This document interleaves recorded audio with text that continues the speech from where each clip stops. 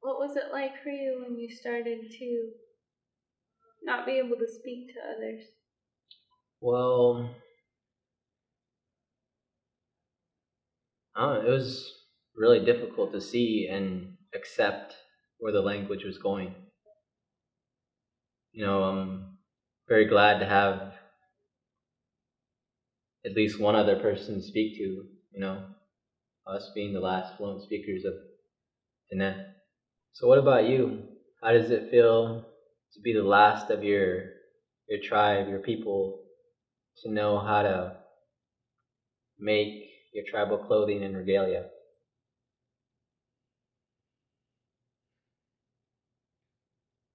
Yeah, well, it's also lonely. You know, it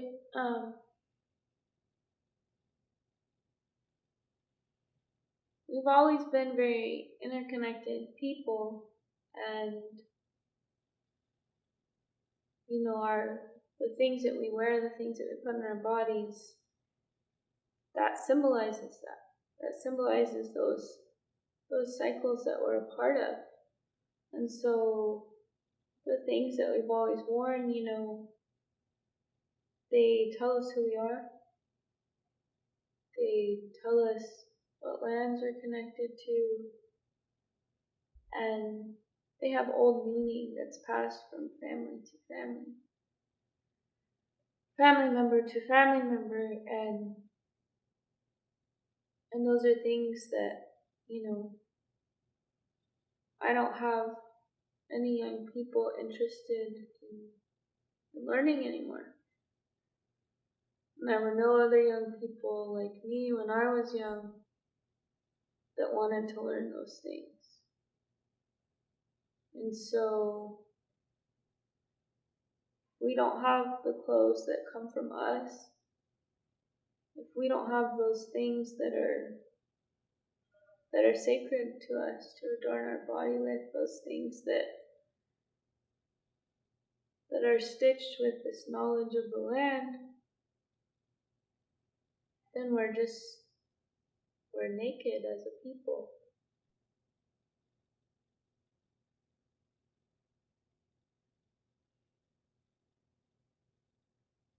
What about for you? Yeah, Nishant. What has it been like to be the last person to know how to do this medicine in the right way?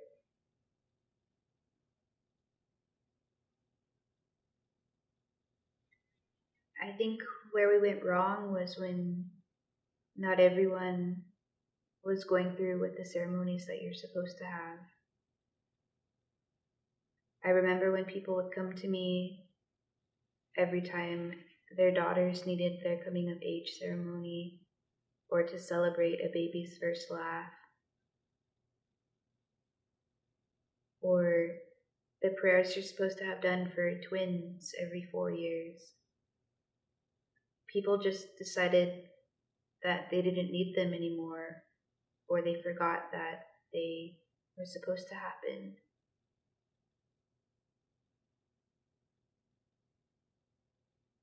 And because of that sacredness of the ceremony and the I guess the hojon, the way of life, the balance that you're supposed to have, it ended up just stopping, and then that's just left me where I'm at, unable to teach anyone those ways of hojon, unable to pass those on to the next generation.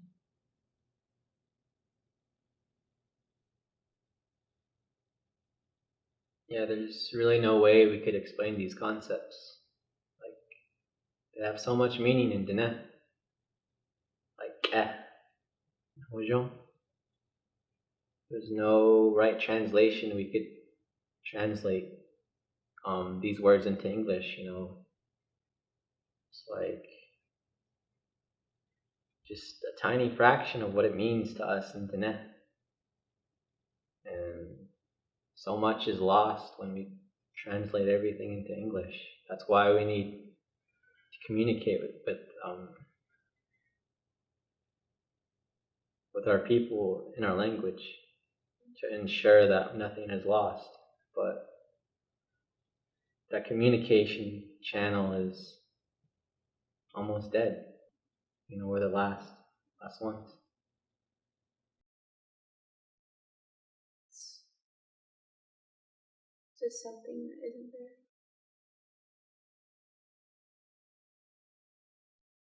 And that's what it feels like we will become, being the last one. Just maybe something that isn't there.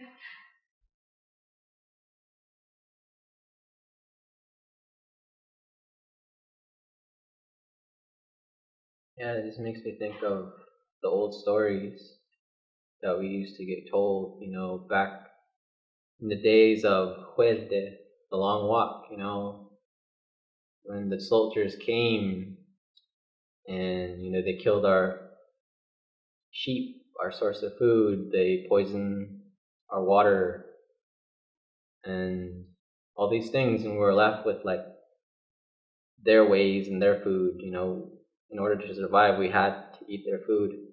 But there was this saying, like, once you eat their food, you start thinking like them. Once you speak their language, you start becoming them. And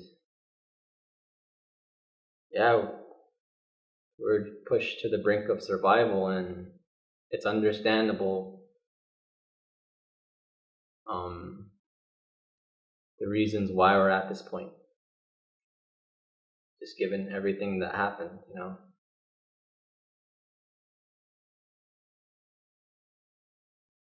And the elders that seen that in Huelte, that they were right. We started eating their food. We started speaking their language. We started doing things they did. We started thinking like them. That's what led us here.